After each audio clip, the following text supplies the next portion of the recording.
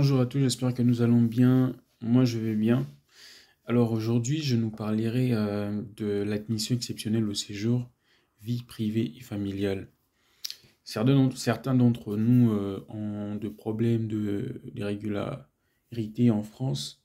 Donc actuellement, ils sont sans papier, comme on le dit. Et il y a une possibilité pour régulariser sa situation en France tant qu'on a des attaches en France, tant qu'on a une certaine intégration en France. Alors, je veux juste nous aborder aujourd'hui les documents à fournir pour cette régularisation. Il y a un arrêté qui a été adopté et publié le 4 mai 2022.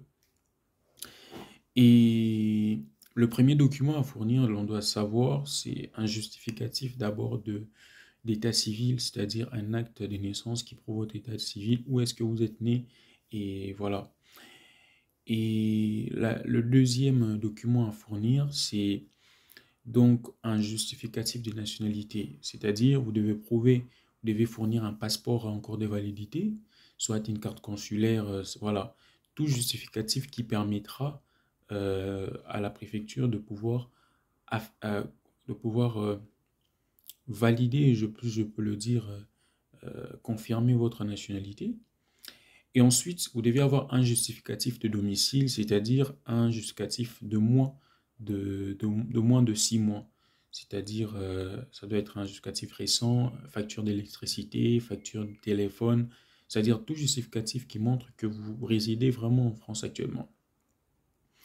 Alors, ensuite, il y a une taxe à payer, un timbre à payer lors de la remise du titre de séjour et que vous devez régulariser donc voilà.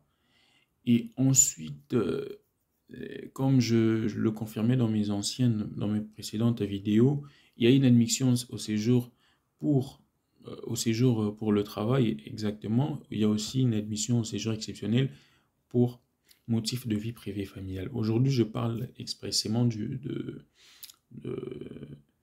de la vie privée familiale.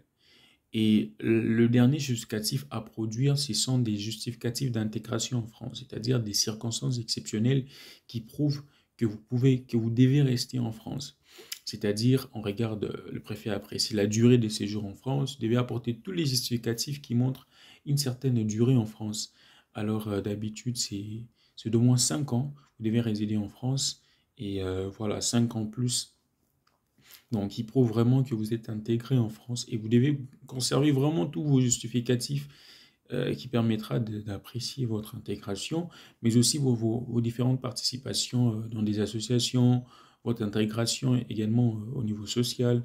Il peut y avoir des actes euh, de reconnaissance écrits par vos amis et tout, par votre entourage, mais aussi, ben voilà, c'est-à-dire vous avez peut-être exercé de services pour l'intérêt général. Donc, en gros, c'est là vraiment pour une certaine intégration, mais aussi vous pouvez intégrer aussi la maîtrise de votre français, soit un diplôme de français qui prouve la maîtrise de la langue.